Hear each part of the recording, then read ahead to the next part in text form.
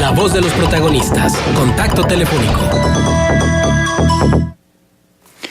Y le damos la bienvenida a Emilio Menéndez, investigador de Causa en Común. Emilio, gracias por acompañarnos en el estudio. Marcela Pámanes y un servidor, Juan Ceballos. ¿Qué tal? Buenos días, Marcela, Juan, ¿cómo están? Gracias por estar con nosotros. Bueno, muchos temas relacionados con esta postura. Creo que gran parte de la polémica, y hace un momento leíamos la columna de Sergio Aguayo, tiene que ver con la poca claridad en la presentación del proyecto. Es decir, cuáles van a ser las competencias, cómo va a ser el ámbito de participación de estos policías militares, si van a ser militares convertidos a policías o policías entrenados como militares, cuáles son los modelos de referencia, dónde este modelo ha sido exitoso y qué podemos esperar del mismo. ¿Tenemos toda la información, Emilio, o hace falta que completen esta información? Pues bueno, creo que de entrada sí hace falta, faltan muchas cosas, muchos detalles, pero lo poco que hemos, o lo que nos han explicado, o lo que nos han presentado, creo que al menos a nuestro parecer nos deja muchas dudas y nos deja muchas preocupaciones. No creo que yo me enfocaría un poco más en todo lo que implica en cuanto a las policías estatales, policía federal, policías estatales y policías municipales. Uh-huh. No es dejarlas un poco de lado y dejarlas en el abandono y ni siquiera darles la oportunidad de operar como deberían. Uh-huh. ¿No? Entonces tampoco se ha presentado un diagnóstico que justifique muchas cosas que ellos dicen, ¿no? Como que dan por hecho ciertas condiciones que pues creo que no tienen ningún sustento. Uh-huh. Ahora, ¿cómo es esto? ¿Tendríamos que dejar entonces de lado y atrás la Policía Federal y esta policía estaría sustituyendo a todas las policías? Pues justo es una de las dudas que tenemos, y si así fuera, creo que es todavía más preocupante, ¿no? Porque, pues bueno, hemos visto que en estos últimos 2 sexenios que la estrategia militar no ha dado los resultados que se esperaban, y no hay ningún sustento de que los esté dando, no hay ninguna evidencia de que efectivamente funcione, y apostar toda la política de seguridad o toda la estrategia de seguridad a una estrategia que ya vimos que no, o que no hay evidencia de que funcione, pues creo que preocupa, ¿no? Sobre todo en detrimento de las policías civiles. Uh-huh. Ahora, esta cantidad de activistas, de asociaciones que se reunieron para firmar este desplegado, son 544, ¿harán suficiente fuerza como para que el gobierno entrante considere, evalúe, pondere todo lo que ustedes están poniendo sobre la mesa en relación a esta decisión? Pues esperamos que así sea. Digo, al menos ya el tema se ha puesto sobre la mesa. De alguna manera nos han escuchado, o al menos les están preguntando si nos van a considerar o no. Pareciera que no, pero bueno, al menos pues tenemos que insistir por la vía civil, que es la que nosotros creemos que es la solución, y vamos a seguir insistiendo, independientemente de que nos escuchen o no, pues ahí vamos a seguir y vamos a insistir hasta que se considere o se replantee esta política o esta estrategia de seguridad. Ajá. Pero, ¿y seguir cómo? ¿Manifestándose? ¿Uniendo fuerza a la gente que coincida con este punto de vista? ¿O cómo será la participación de ustedes? Claro, en primer lugar, pues sí, seguir manifestándonos, seguir buscando al presidente electo, a su equipo, y tratar de buscar claridad en los argumentos que ellos nos están dando, ¿no? O, bueno, no particularmente a nosotros, sino que están dando en medios de comunicación, y hacerles ver que en realidad pues hay muchas contradicciones en esta estrategia, hay muchas cosas que están dejando de lado, hay muchas cosas que están dando por hechos sin dar un sustento real. Entonces, pues bueno, que al menos se den cuenta que estamos aquí y que nos damos cuenta de las contradicciones que traen y de las ideas como pues que nosotros creemos que no funcionan. Uh-huh. Ahora, este diálogo que ustedes están teniendo es con alguien en particular dentro de el gabinete de Andrés Manuel López Obrador. Pues en realidad ayer se fue a entregar a la casa del equipo de transición el comunicado, y se ha estado buscando un contacto directo, pero no es que haya un diálogo como tal. Ya. Simplemente se está entregando el comunicado y se está buscando mover en medios de comunicación, en redes sociales, y mostrar que hay indignación por una gran parte de la sociedad civil y mostrar que insistimos en que no es la vía y que no es la política que nosotros creemos que es ideal. Buenos días, Emilio. Habla Juan Ceballos. ¿Qué tal? Buenos días, Juan. En este sentido, esta oposición de más de 500 organismos y activistas al proyecto de la Guardia Nacional, ¿qué tanto eco podría tener? Si ya tiene eco en un gran sector de la sociedad civil y una gran mayoría que se opone precisamente a esta Guardia Nacional, pero ¿qué eco pudiera tener en el Poder Legislativo de mayoría de Morena y en el Poder Ejecutivo, que es el que tiene este proyecto? Pues bueno, nuestra idea es seguir sumando gente, seguir sumando organizaciones y que al menos se replantee o se detenga un poquito esta reforma constitucional, se piense bien y digo que no nos la pasen así al vapor sin que nadie tenga oportunidad de analizarla y de pensarla bien.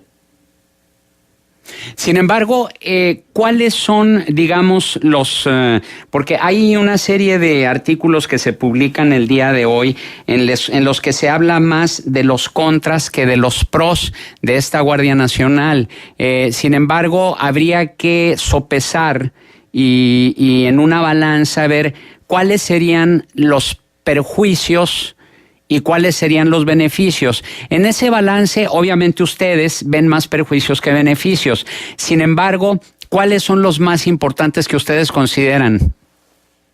Pues bueno, en primer lugar, es dejar todo en manos de la esfera militar, poner la esfera militar por encima de la esfera civil y poner a las Fuerzas Armadas en labores que evidentemente no les corresponden, sin un sustento teórico, sin una evaluación previa, sin una evidencia de que la estrategia militar funcione o haya funcionado en los últimos años. Y por otro lado, descuidar por completo la vía civil, ¿no? Toda esta transferencia tanto de recursos humanos como de poder, como de dinero por parte de Policía Federal a Guardia Nacional es dejar totalmente de lado o dejar de considerar la vía civil para irnos a apostarle todo a la vía militar.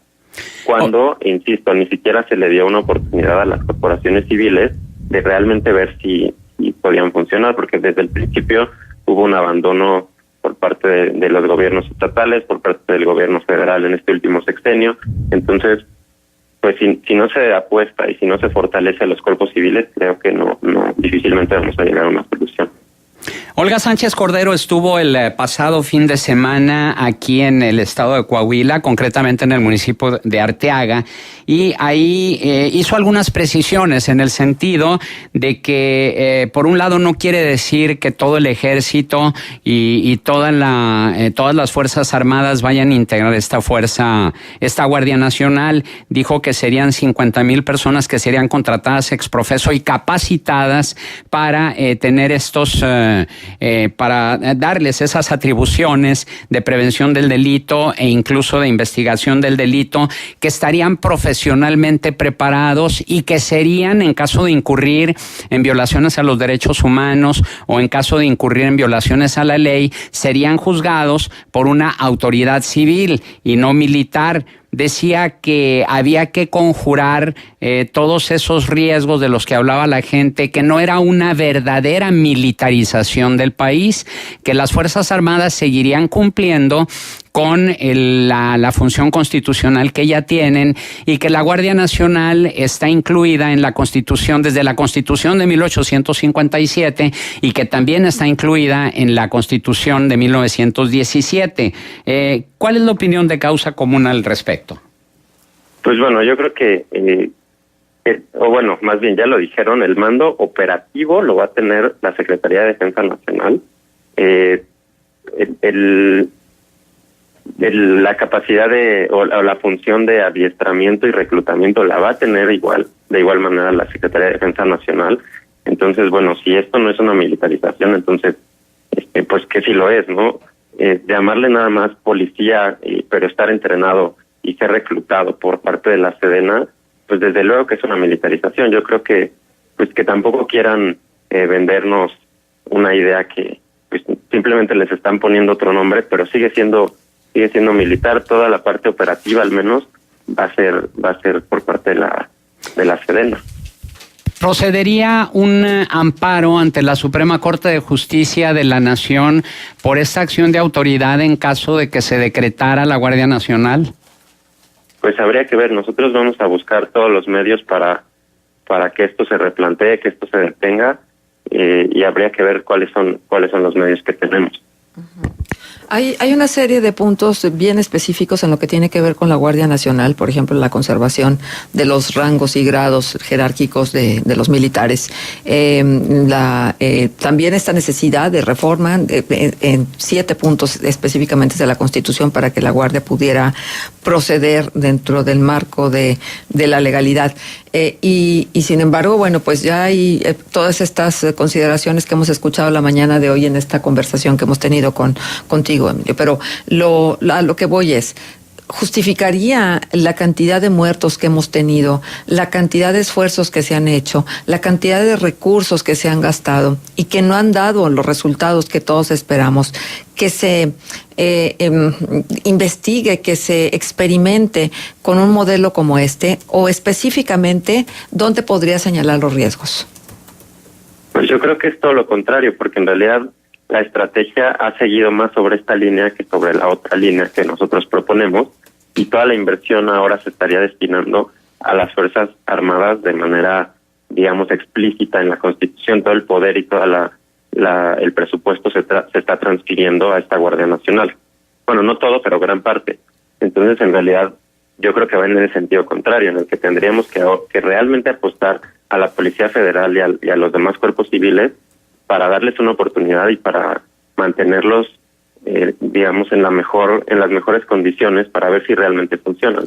Porque Ajá. esa es a la estrategia a la que no se le ha dado una oportunidad. Entonces, ¿este modelo es más de lo mismo? A mí me parece que sí. Digo, es cambiarle un poco el nombre y peor aún, porque es subirlo a nivel constitucional. Ajá. Y no encuentras absolutamente ninguna variación, ningún aliento de decir, bueno, vamos a experimentar algo distinto para obtener también distintos resultados. Pues a mí me parece que es más de lo mismo, y otra vez insisto, ni siquiera hay un sustento o una evidencia empírica de que realmente ha funcionado o realmente podría funcionar. Uh-huh. Bien, pues al tiempo, ¿no? Que no nos queda de otra. ¿O encuentras otros caminos o encuentran otros caminos? Pues para nosotros el camino es muy claro, y tenemos a la Policía Federal, que si bien en los últimos años se ha abandonado, en su creación, pues digamos que empezó bien, empezó con buenos programas de reclutamiento, de formación. En este último sexenio se abandona, y pues desde luego que habría que retomarla desde reinvertir y fortalecer a estos cuerpos para darles una verdadera oportunidad. Emilio, ¿ves tú una contradicción entre lo ofrecido por el candidato Andrés Manuel López Obrador y por lo sugerido ahora por el presidente electo Andrés Manuel López Obrador? Sí, desde luego, y digo, hemos visto últimamente los videos que circulan en redes sociales, y también eso es algo preocupante, porque es negar todo lo que está ahí, y es evidente. Entonces, pues sí, desde luego que hay una contradicción. Bien, pues muchísimas gracias. No solo por parte de él, sino de su equipo, porque claro. Igual el mismo Alfonso Durazo lo dijo en los foros, y ha sido un discurso que de pronto, de un día para otro, lo cambiaron. Claro. Pues muchísimas gracias, Emilio, por estar con nosotros, por ofrecernos el punto de vista de Causa en Común, y pues esta oposición de más de 500 organismos y activistas al proyecto de la Guardia Nacional anunciado por el próximo gobierno federal, la postura de ustedes. Muchísimas gracias, Emilio. No, al contrario, muchas gracias a ustedes. Un saludo para Juan, para ti y para todo su auditorio. Gracias. Emilio Menéndez, investigador de Causa en Común, estuvo con nosotros.